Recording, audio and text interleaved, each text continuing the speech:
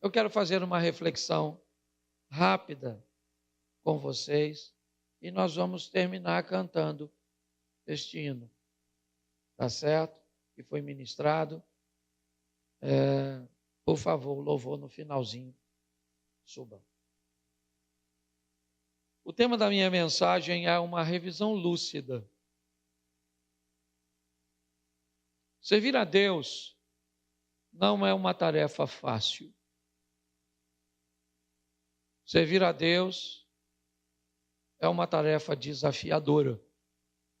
E não é desafiadora apenas para você. É desafiadora para todos nós. Receberemos um ataque do nosso inimigo e, conhecendo os nossos pontos fracos, é neles que ele vai buscar atacar e agir. E quanto mais rápido entendermos a complexidade deste relacionamento e nos posicionarmos da forma correta, vai ficar menos difícil, vai se tornar possível. Hoje, muitos acabam se escondendo, muitos de nós, se escondendo por trás de fraquezas e de investidas pesadas do inimigo. Então eu acho que vale nós pensarmos e fazermos essa revisão ou reflexão lúcida da dinâmica desse relacionamento desafiador. Nós vamos começar por Romanos, capítulo 7, vai ser bem rapidinho, vou levar uns 15 minutos. Romanos capítulo 18, verso 7. Coloca, por favor, aí. Romanos, 7, 18. Eu falei 7, 7? Isso. Preste atenção. Vai até o 20. Porque eu sei que em mim, isto é, na minha carne, não habita bem nenhum, pois o querer o bem está em mim, mas não o realizo. Não o realizá-lo. Porque não faço o bem que eu quero, mas o mal que não quero, este faço. Mas se eu faço o que não quero, já não sou eu quem o faz, e sim o pecado que habita em mim. Feche os seus olhos. Senhor nosso Deus e Pai, em nome de Jesus, continua falando conosco. Usa-me como um canal de bênção, é o que eu te peço. Em nome de Jesus. Amém. Glória a Deus. Amém. A maneira clara e lúcida que o apóstolo Paulo enfrenta as suas dificuldades, suas batalhas e suas lutas, nos é muito esclarecedora. Paulo, um homem forjado por Deus, numa caminhada dura. Ele diz isso depois de muitos anos de experiência, narrando os desafios que ele enfrentava com o pecado que habitava nele. Então ele diz a dificuldade que ele tem, ele trata disso. Ele diz, eu quero fazer a coisa certa, mas mesmo sabendo que é errado, eu acabo praticando. Ele diz sobre suas fraquezas, sobre os momentos de adversidade que ele enfrenta. Mas uma coisa eu gosto desse texto, é a franqueza que Paulo consegue olhar para si mesmo. Ele diz que dos pecadores que ele conhecia, ele era o maior. Me parece que ele já diz isso para si mesmo, para que nunca tivesse a ousadia de julgar ninguém. E lidar com Deus, como eu disse, é altamente desafiador. E eu quero te mostrar uma rota que talvez não seja mais segura para todos. mas que eu aprendi a usá-la nos 33 anos de evangelho que eu caminho, que me ajudou e que me norteou por momentos desafiadores de tentação em todas as áreas da minha vida. E que graças à misericórdia e o cuidado de Deus, eu consegui vencer até aqui. Posso dizer, até aqui me ajudou o Senhor. Vi muitos homens muito mais bem preparados do que eu, muito mais experientes do que eu, cair, e foi para mim uma grande lição. Então, observe esses textos, se você gosta de anotar, eu acho que vale a pena. Isaías capítulo 55, verso 8. Isaías 55, 8. Vamos no Velho Testamento ou no Antigo Testamento. Coloca, por favor. Isso. Porque os meus pensamentos não são os pensamentos de vocês. E os caminhos de vocês não são os meus caminhos, diz o Senhor. Aqui eu quero ressaltar a complexidade de tentar viver com alguém que pensa diferente de nós e que quer ir por caminhos diferentes. Deus está dizendo, olha, os meus caminhos não são os vossos caminhos. Os meus pensamentos não são os vossos pensamentos. Então, como é que nós vamos estabelecer uma caminhada se eu quero ir para Caxias e você para Petrópolis? Como é que nós vamos andar juntos se você quer ir para um lugar diferente de mim? A probabilidade de irmos juntos é quase nenhuma. Ou alguém muda, ou essa caminhada, ela não vai existir. Se os seus pensamentos são diferentes dos meus, como é que nós vamos nos entender? Como é que as coisas vão acontecer? O desafio de lidarmos com Deus está também aqui. Ele quer ir para um lugar e nós não estamos a fim de ir. Os pensamentos dele, certo? São mais altos, como o profeta diz no verso seguinte.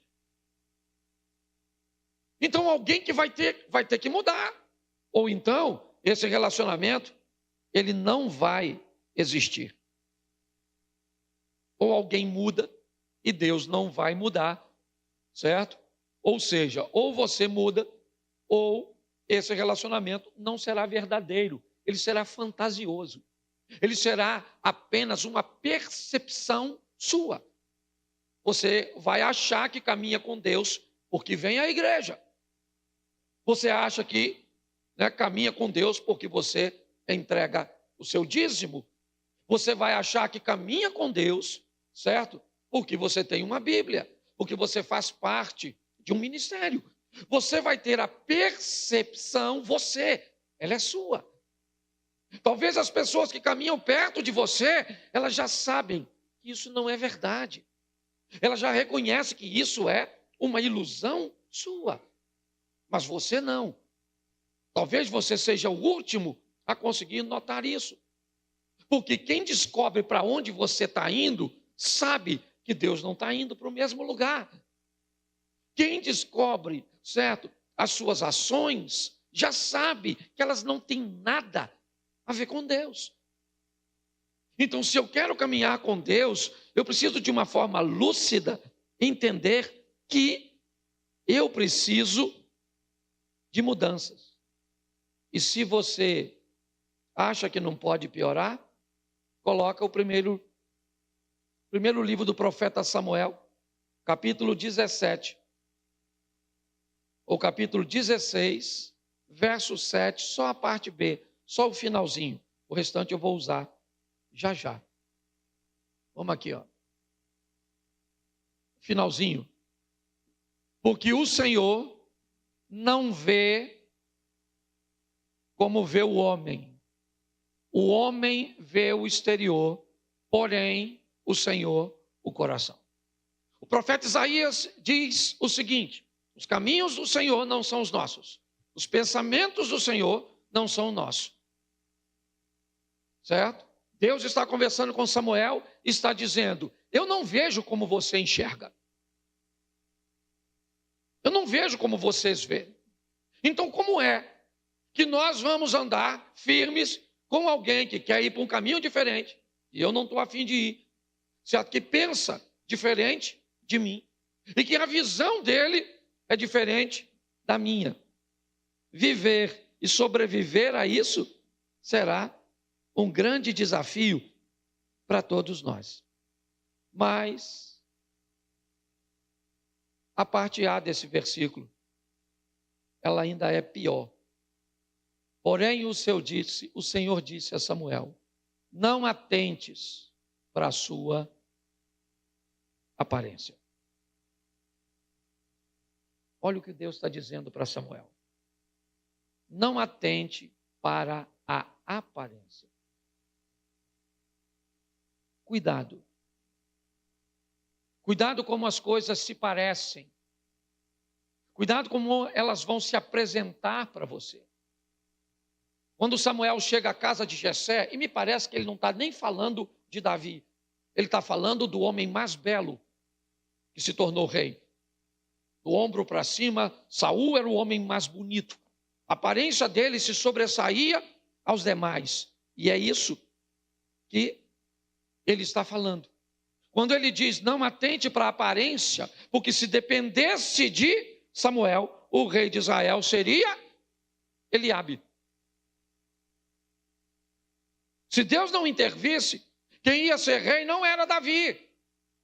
Porque o modelo mental, a mente de Samuel estava focada no primogênito. Então Deus vai chamar Samuel e vai dizer: Samuel, preste atenção, certo? Eu não vejo como você vê. Você vê o que está diante dos olhos. Isso, ela é bonita, ela é inteligente, certo? Ele tem um bom emprego, tem uma boa aparência.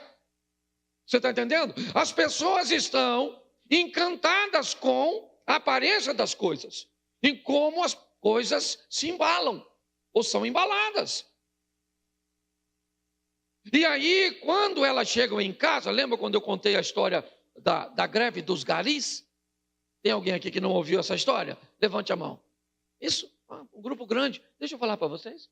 Teve uma grande, uma greve dos garis numa grande metrópole. E não tinha mais onde jogar o lixo. Não tinha mais. As calçadas estavam cheias. Então o que acontece? O prefeito da cidade, ele resolveu lançar um decreto para que todos diminuíssem o lixo que estavam produzindo e armazenassem esse lixo dentro de casa, porque não dava mais para colocar do lado de fora. Então as pessoas, certo, começaram a cuidar melhor de seu lixo, armazenando esse lixo dentro de casa. Uma família grande que produzia muito lixo, depois de alguns dias não cabia mais nada. Não podia jogar fora, não tinha onde jogar. Um homem teve uma grande ideia. A ideia dele foi sair, comprar umas caixas grandes, uns papéis de presente e colocar o lixo dentro da caixa de papelão, embalar com papel de presente, botar um laço bonito e botar na mala do carro dele. Ele fez isso, parou numa praça, abriu a mala propositalmente e saiu de perto do carro. Quando alguns indivíduos começaram a olhar aquelas caixas bonitas dentro da mala e disse: vamos roubar. E roubaram. Quando ele viu que levaram as caixas todas, ele bateu a tampa e foi embora para casa. Quando o pessoal chegou em casa com as caixas, o que tinha dentro? Mas bem embalado. Certo? Se embalar bem, a aparência pode confundir as pessoas. Quando nós olhamos para esse texto, ele diz: não se contamine com a aparência. A aparência é importante, sim ou não? Claro, mas mais do que aparência, leve um pouco mais de tempo para observar com cuidado, certo? Pessoas, lugares, coisas, igrejas. Porque quando você descobre que não era aquilo que você esperava, e na verdade nunca foi, você que não teve o cuidado de olhar direito, normalmente você fica frustrado, decepcionado. Mas pastor, como é que eu faço isso então? Então Paulo diz que ele sabe o que é certo, mas está com dificuldade de fazer, certo? Nós vimos que caminhar com Deus como Paulo é uma grande dificuldade, porque pensamentos, caminhos e a visão é diferente, ou são diferentes. Então nós já vimos que alguém vai ter que mudar.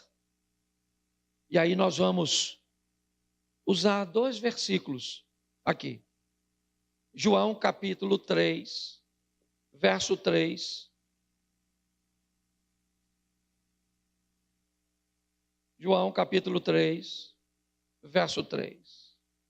A isto respondeu Jesus: na verdade te digo, que se alguém não nascer de novo, não pode ver o reino de Deus. Verso 5. Respondeu Jesus: em verdade vos digo, que quem não nascer da água e do Espírito, não pode entrar no reino de Deus. Bom, se eu quero viver com Deus, o que Deus criou para mim e para você é uma proposta de um novo nascimento, certo?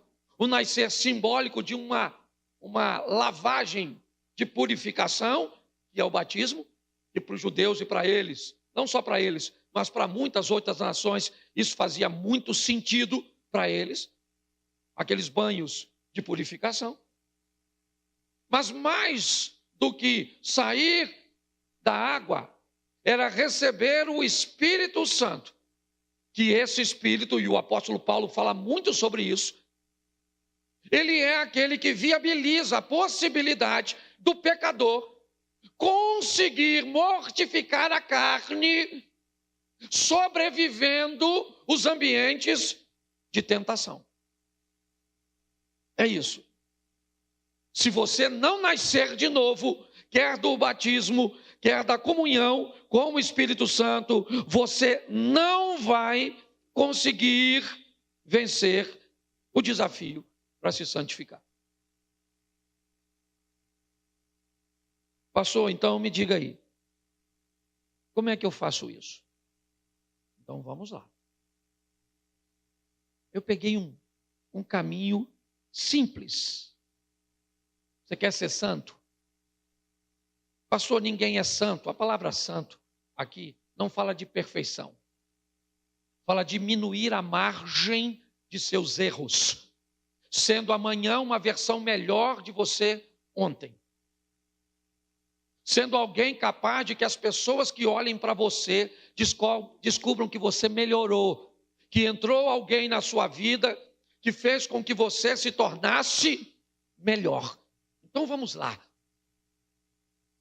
Número 1, se você, meu iPad acabou a bateria, e eu tive que ficar com o celular e só Jesus.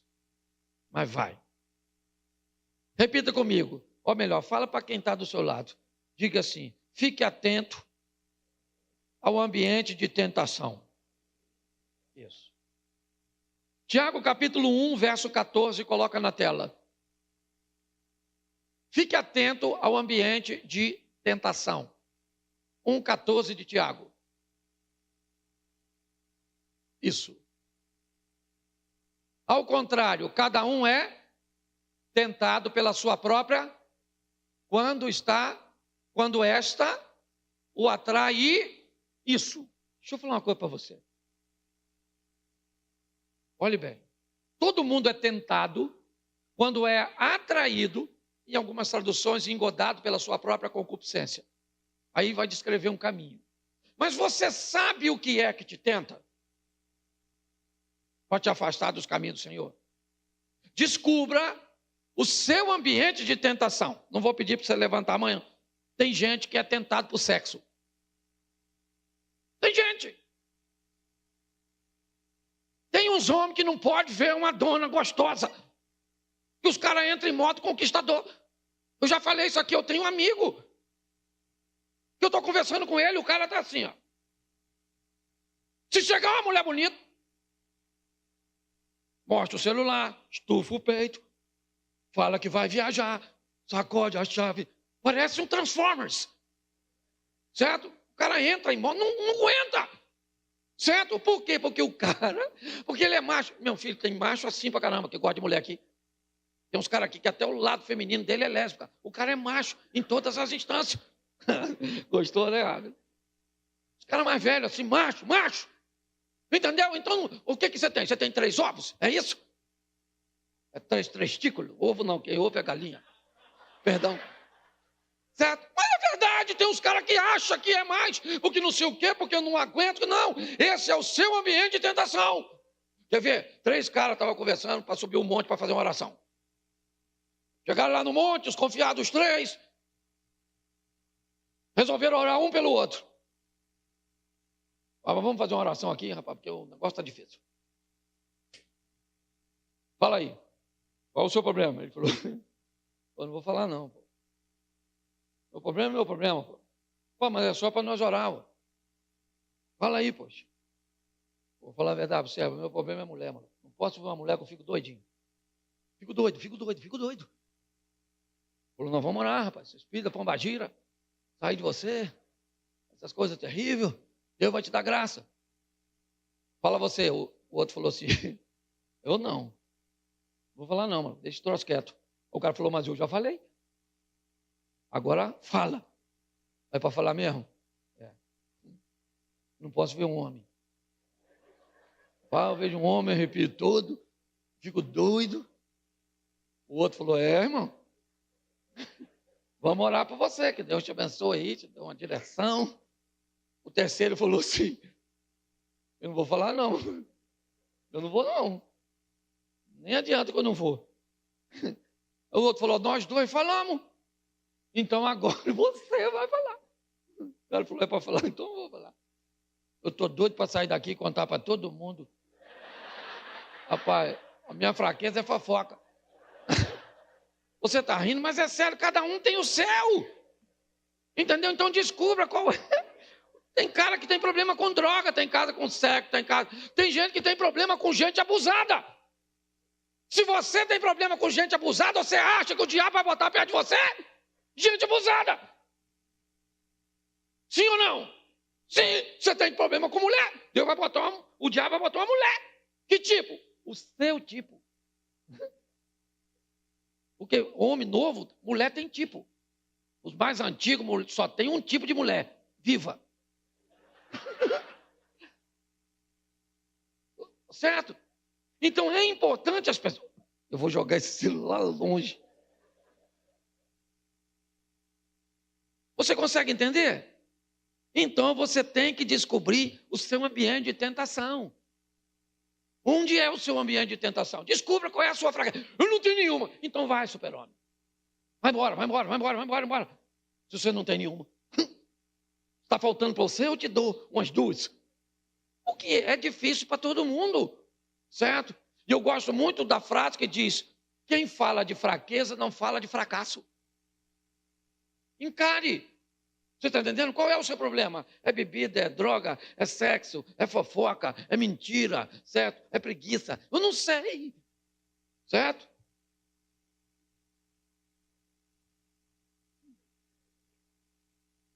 Eu acho que meu ponto fraco é o celular.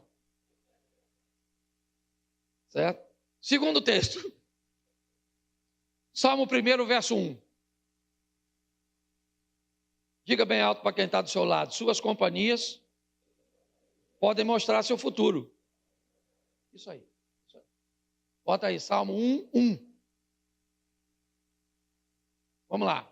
Bem-aventurado o homem que não anda segundo o conselho dos ímpios, não se detém no caminho dos pecadores e não se assenta à roda dos escarnecedores. Dê uma olhada em quem está caminhando com você, e você vai descobrir para onde você está indo. E é assim que funciona. Inevitavelmente, durante a nossa caminhada, é importante nós fazermos uma avaliação de quem é que está caminhando conosco. O pessoal aqui não vai saber. Lembra de um amigo nosso que foi com outro para Magé, de moto, certo? Estava na garupa de um cara, e o menino era até um menino gente boa, e quem morreu foi ele, era um amigo nosso. Lembra disso? Um menino bom. Que você começou a ver com quem ele estava andando, o fim dele, inevitavelmente, foi aquele. Eu preciso olhar em quem é que está andando comigo. Quais são as minhas companhias, as minhas influências? Está aí o salmista dizendo logo no primeiro salmo: bem-aventurado, bem-sucedido será a pessoa, o varão, certo? Que não anda segundo o conselho. Mas, pelo amor de Deus, a Bíblia diz que a sabedoria está na multidão dos conselhos. Mas é o conselho dos ímpios. Não se assenta à roda dos escarnecedores. Olhe bem, então é importante eu olhar, é o segundo ponto, ok? Eu tenho que ver quem é que está caminhando comigo. Então eu preciso ficar atento ao ambiente de tentação, eu preciso observar, certo, as minhas companhias, porque elas mostram o meu futuro. E terceira coisa que é muito importante, eu usei uma expressão que talvez não seja muito. Coloca Marcos 9, verso 29. Marcos 9, 29. Respondeu-lhes: esta casta não pode sair senão por meio de quê? Isso. Melhore seu arsenal. Melhore suas armas, para que você possa lutar contra Satanás. Melhore. Os discípulos eram discípulos de Jesus, certo? Eles tentaram o tempo inteiro expulsar um demônio sem sucesso. Andavam com Jesus. Dizer que esses caras não eram crentes. Mas Jesus não está com eles. Então alguém traz um menino endemoniado. Jesus, então, quando chega, repreende o demônio em casa, obviamente. Eles não iam perguntar na frente dos outros. Eles estavam envergonhados de não ter êxito. Jesus, então, explica para eles que a arma que ele usou para expulsar aquele demônio, para eles talvez fossem uma novidade. Melhore as suas armas para lutar contra Satanás. Melhore as suas companhias para lutar contra Satanás. Certo? Entenda isso. Observe as suas fraquezas quando vai lutar contra Satanás. Com as companhias erradas, com as armas erradas, certo? E conhecendo o inimigo como ele te conhece, é só uma questão de tempo. Deixa eu te explicar uma coisa. Eu nunca falei aqui. Vou falar hoje pela primeira vez. Senta num gabinete, o pastorzão. Senta. Sentou. Vamos atender uma pessoa. Isso vai dar problema, mas que dê. Chega uma mulher na sua frente e ela vai narrar suas dificuldades no casamento. Estou enfrentando uma dificuldade, pastor, longe do meu marido, certo? Nós já não temos intimidade durante muito tempo, ele não me quer mais. Nesse momento, do outro lado da mesa, tem um homem. Sabe o que acontece com ele? Se ele for normal, ele recebe uma enxurrada de informações químicas de que ele é um macho. Tá certo? É assim que funciona. Vamos mudar essa conversa do outro lado. Ela começa a chorar e me diz o seguinte: eu não posso perder meu casamento. Eu caminho com o Senhor. Me ajuda. Me ajuda a salvar meu casamento. Nesse momento o macho vai embora. Entra o pai, o protetor, o pastor, aquele que quer cuidar. As informações que alguém recebe quando ouve algo é algo que mexe. Quem lida com isso sabe como funciona. Se o indivíduo não estiver preparado para lutar contra essas tentações, seja em qualquer área que for, é só uma questão de tempo até o diabo derrubar você. Então você precisa saber quais são suas fraquezas. Você precisa manter por perto de você pessoas que estão indo para o mesmo lugar. Você precisa melhorar seu arsenal, suas armas para lutar contra Satanás. Porque ele não vai desistir de derrubar você. Um texto também bem interessante do apóstolo Paulo, 1 Tessalonicenses 22. Eu não botei mas o texto é fácil. Eu não botei o capítulo aqui, não botei 1 Tessalonicenses, só um minutinho.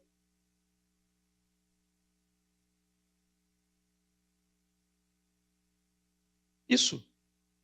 Em outras traduções, mais comum, fugir da aparência. Não interessa se é mal. Não interessa. Parece mal. A Bíblia diz, mantenha-se longe daquilo que te parece mal.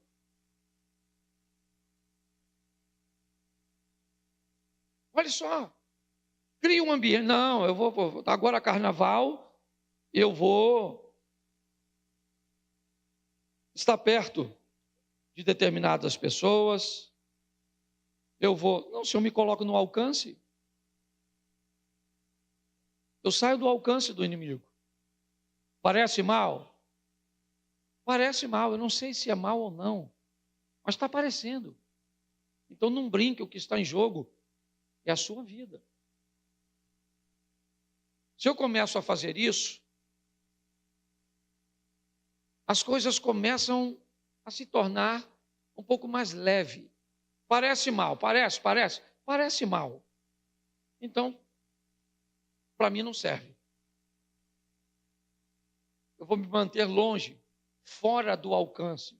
Eu não posso brincar com a minha vida com Deus. Eu não estou nem falando com salvação. Eu estou falando com a minha vida com Deus. E 5, talvez o mais difícil.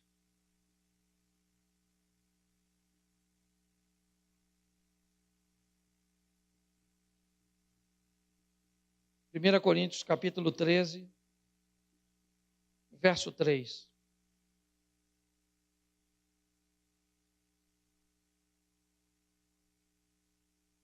Primeira Coríntios 13, 3. Ainda eu distribua todos os meus bens entre os pobres, ainda que eu entregue o meu próprio corpo para ser queimado, se não tiver amor, o que acontece? O que diz lá? Mantenha suas ações alinhadas com as suas intenções.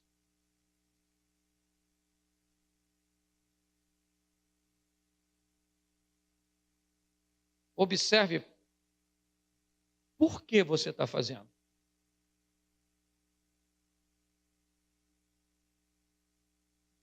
Às vezes, o que você faz está certo. O porquê você faz é que está errado. Eu estou fazendo. Tá bom, você está fazendo? Tá beleza. Tá certo. Então tá bom. É fácil. A sua aparência, ela é boa. Agora, qual é o problema?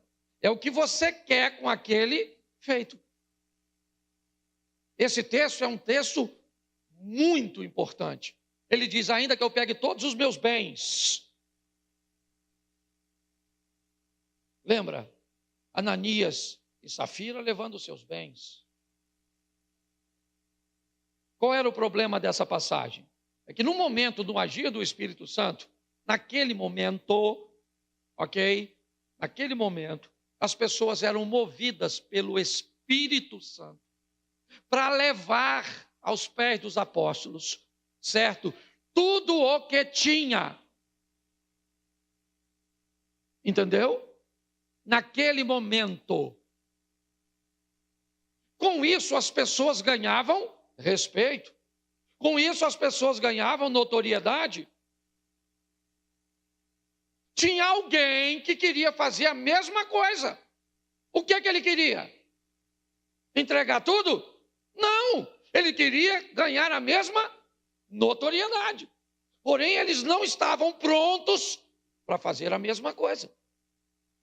Resolveram, então, vender um terreno por uma quantia.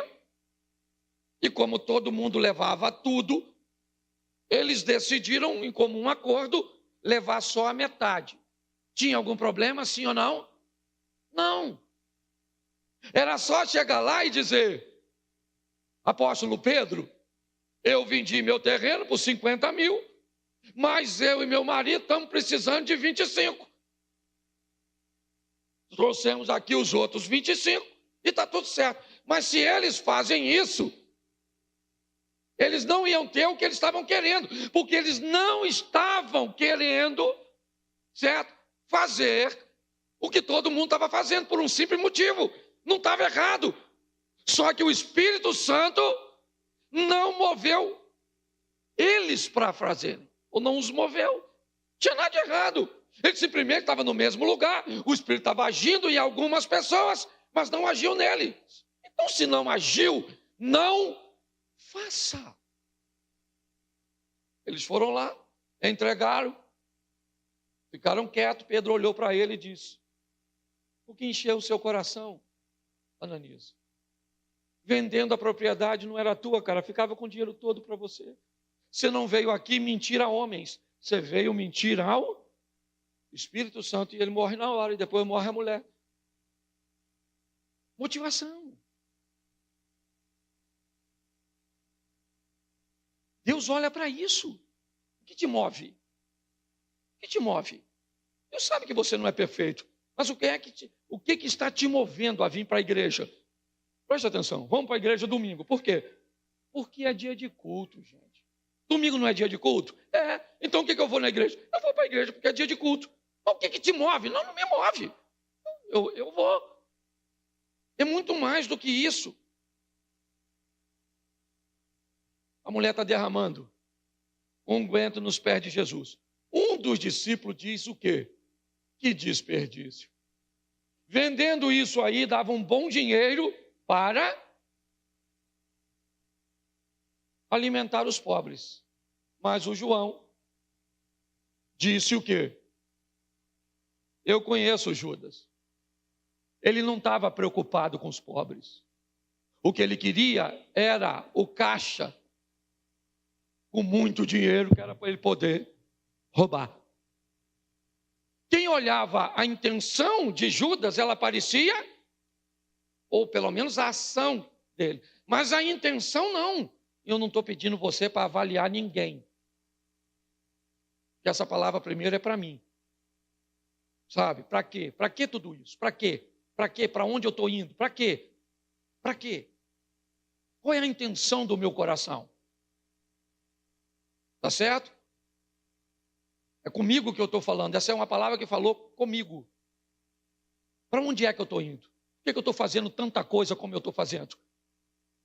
Para quê? Para onde é que eu vou? Sabe? E eu quis dividir essa mensagem com vocês. Qual é o propósito de fazer tudo isso? Porque Deus não olha a aparência. Deus olha o coração, o propósito. Então, se eu quero vencer a carne, eu preciso entender que Satanás sabe quem eu sou. Sabe. Ele sabe quem você é. Sabe quais são suas fraquezas, sabe onde dá para te pegar. Certo? E ele vai tentar fazê-lo, e vai tentar fazê-lo. E não é uma vez, nem duas, nem três. Enquanto você estiver vivo, ele vai tentar fazê-lo. Então, se cerque de boas Pessoas. Coloque isso ao seu redor. Prepare uma estrutura e armas para vencer. Certo? Veja a forma e quando ele vai te atacar e resista. Porque ele está voltando para buscar a sua igreja. Está cansado demais, Elias estava cansado. Profetizou para Acabe que não ia chover, Deus falou, foge. Fugiu para o ribeiro de Querite, a água acabou, Deus falou, foge. O filho da mulher da casa que ele estava hospedado morreu, ela falou, a culpa é sua. Deus falou, agora volta para encontrar com Acabe. Ele volta para encontrar com Acabe, sabe o que Acabe diz? Olha aí o perturbador de Israel, Elias estava tão nervoso, falou, perturbador, teu pai, a tua mãe, miserável. Está escrito, a tradução é outra, são seus pais, mas é a mesma coisa. Estava nervoso. Nervoso. O cara veio encontrar com ele lá, um centurião. Ele estava tão chateado que ele falou, Senhor, fogo! Matou os caras tudo queimado, parecia o Mushu do Mulan. Invocado, o que é aquilo? Aquilo era perturbação. Ele tinha um assessor que trabalhava com ele, que ele falou, rapaz, some! O menino foi embora. Por isso que o tal do Geazi entrou. Ninguém aguentava, estava estressado. Chegou lá, falou, aqui, presta atenção, o cara está com Deus. Tem 400 profetas de Baal e 450 de Azera. Tem 850 almas. O que é para ele fazer? Fazer cair fogo do céu e falar para os caras, vamos aí, gente, aceitar o Deus Todo-Poderoso. Sabe o que ele faz? Corta o pescoço dos caras.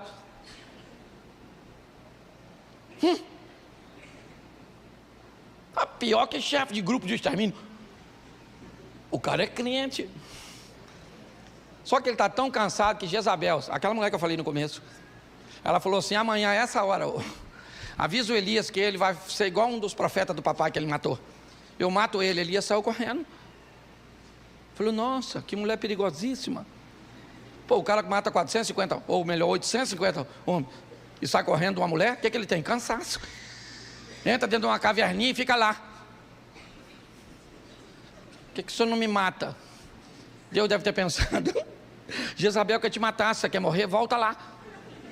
E eu terceirizo o serviço. Ele queria morrer, sim ou não? Sim ou não? Claro que não! Ele só está Isso, tá assim de gente, trabalha. Dinheiro não tem, trabalha. E dinheiro não tem, trabalha.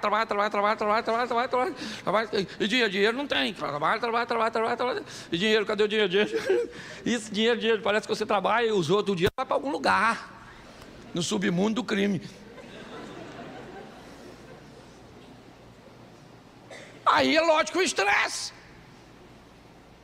Cansaço, nós estamos com o povo cansado, vindo para a igreja quase todo dia, não dá nem tempo de ser crente. Por isso que eu não gosto, pelo amor de Deus. Vem para a igreja, um culto, 2 só e some. Vai viver a sua vida, vai ser crente lá fora. Aí bota o cara na segunda, e terça na igreja, e quarta na igreja, tá, esse cara ainda para o inferno, com a vida toda na igreja. O cara veio uma vez só e foi para o céu. Nossa, que tranquilidade. Eu detesto esse ativismo. E estou falando de mim mesmo, porque eu viajo para aqui, esse dia falou comigo que estava se considerando viúva de um marido vivo. Falei, sangue de Jesus tem poder. É verdade, eu falo de mim mesmo. Porque graças a Deus, naquilo que Deus me entregou para fazer, eu faço, né? Bem. E aí a demanda é grande. Então, por favor, dá uma freada nesse negócio.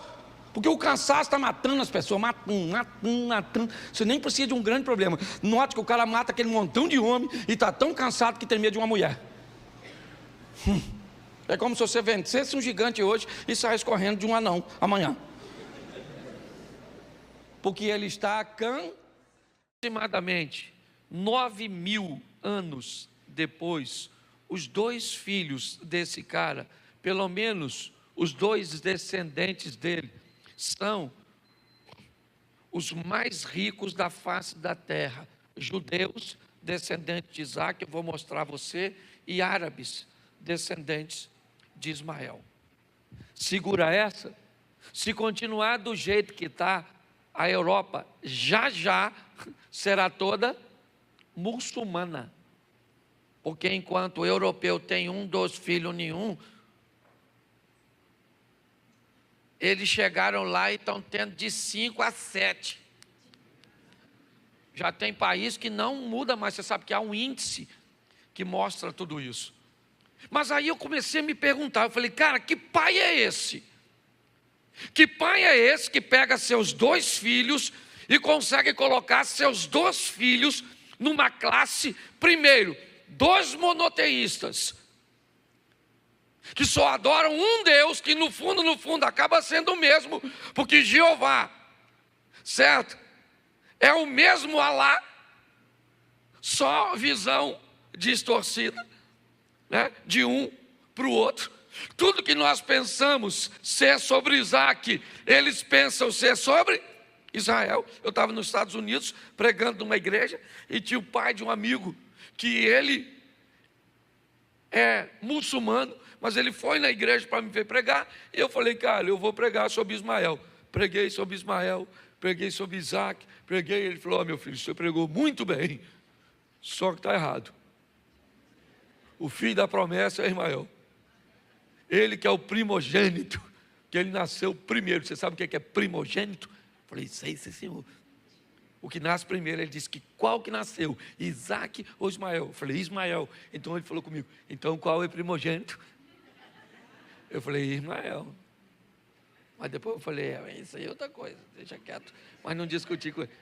Mas só para você ver que quando o assunto é adoração, a turma, ele sabe. E aí eu fui dar só uma olhadinha para ver se eu consigo usar alguma coisa com os meus 86 anos de idade. Diz que velho não sabe criar filho. Abraão é uma lição. Você já ouviu falar isso? Que casal velho não deve ter filho porque fica bobo. Os meninos fazem dele gato e sapato. Conhece alguém? Pois é, Abraão é uma lição para esses troços. Certo? Então preste atenção. O que fez desse cara obter sucesso com seus filhos? Isso aqui para mim foi libertador. Coloca para mim Gênesis, capítulo 17, verso 20. Olha só. E quanto a Ismael, também te tenho, eis aqui o tenho, e falo-ei, multiplicar grandissimamente, 12 gerará, e dele farei. Você sabe quem está falando isso? E quanto a Ismael, isso é um bate-papo entre Abraão e quem? E quem? E o que Deus disse no início do texto? E quanto a Ismael, também te tenho. Escute só. Olha só. Você sabe por que o filho desse cara é um sucesso? Porque o tempo inteiro esse camarada aqui falava com Deus a respeito do filho. Você está entendendo? Não interessa como teu filho esteja, não interessa onde ele esteja, não interessa o que as pessoas falem a respeito dele. Pai, nunca pare de falar a respeito de seu filho com Deus. Entendeu? Seu filho está louco, usa droga, está esquisito, está não sei o quê, não sei, seja ele menino ou menina, você tem que estar lá como pai. Parece que isso é obrigação de mãe só.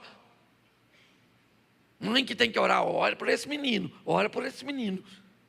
Não, você que é pai, rapaz, você tem que ir lá, entrar no quarto dele. Não precisa entrar quando ele está. Pega aqui um pouquinho a vez de um óleo ungido. Ou então pega o óleo lá na sua casa e ora. Entra lá no quarto dos seus filhos, pai. Aquela figura paterna, macho. Talvez nem tanto. Entra lá, pega um óleo, passa no travesseiro e fala, Senhor, aqui vai deitar aquele menino. O senhor sabe o que passa na cabeça daquele garoto. Doido de pedra, mas é meu. Essa menina minha esquisita, não sai do quarto, parece, não é? Isso. Ele está dizendo, Deus está falando com ele, não se preocupe com Ismael, porque eu também tenho te ouvido. Isaac, tá certo? Vai ser extraordinário, mas esse camarada aqui também é fantástico. Quando nós olhamos, e um dos motivos pelos quais, está aí, ó, também tenho te ouvido. Abraão, tudo que você falou comigo, toda a sua preocupação, tudo isso, está tudo certinho, fica tranquilo, porque eu vou botar para quebrar na vida do... Ele viu, sim ou não? Ele viu o Abraão? Não. Abraão morreu. Não viu o que aconteceu. Mas se Deus prometeu, Ele vai cumprir, querido. Nossos filhos são herança do... É isso aí mesmo. Nós não criamos filho para ir para o inferno. Tem época que parece que eles ficam meio doidos, nós já ficamos uma época. Você na época de colégio, lembra? Quem puxava as coisas assim, ó, para a mulher, quando vinha atravessando a rua, pensar que era cobra, levanta a mão.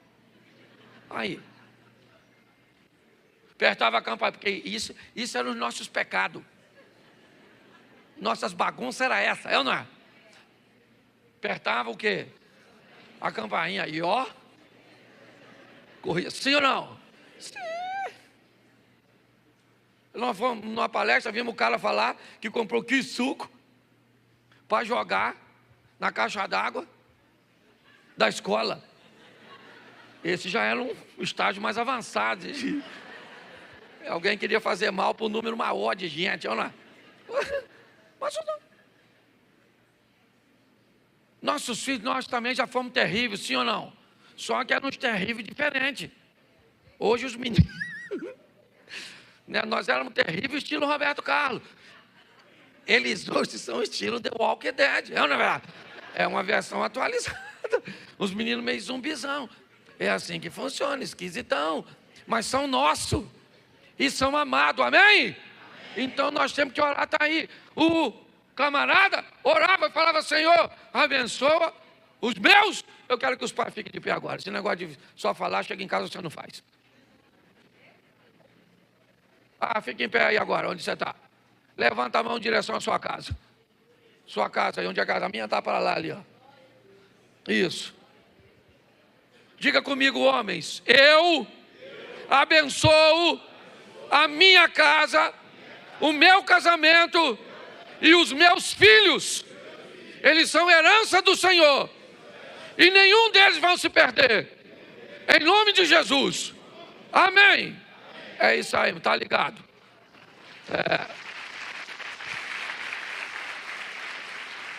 Então, um cara que fala com Deus, não interessa o tamanho do seu filho, pode ser um pirralhinho.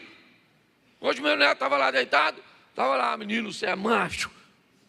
É, vô? Falei, é. Igual o vovô. Ele me olhou esquisito. Porque ele disse assim, queria ser melhor. Mas vamos embora, a vida que segue. Vamos embora.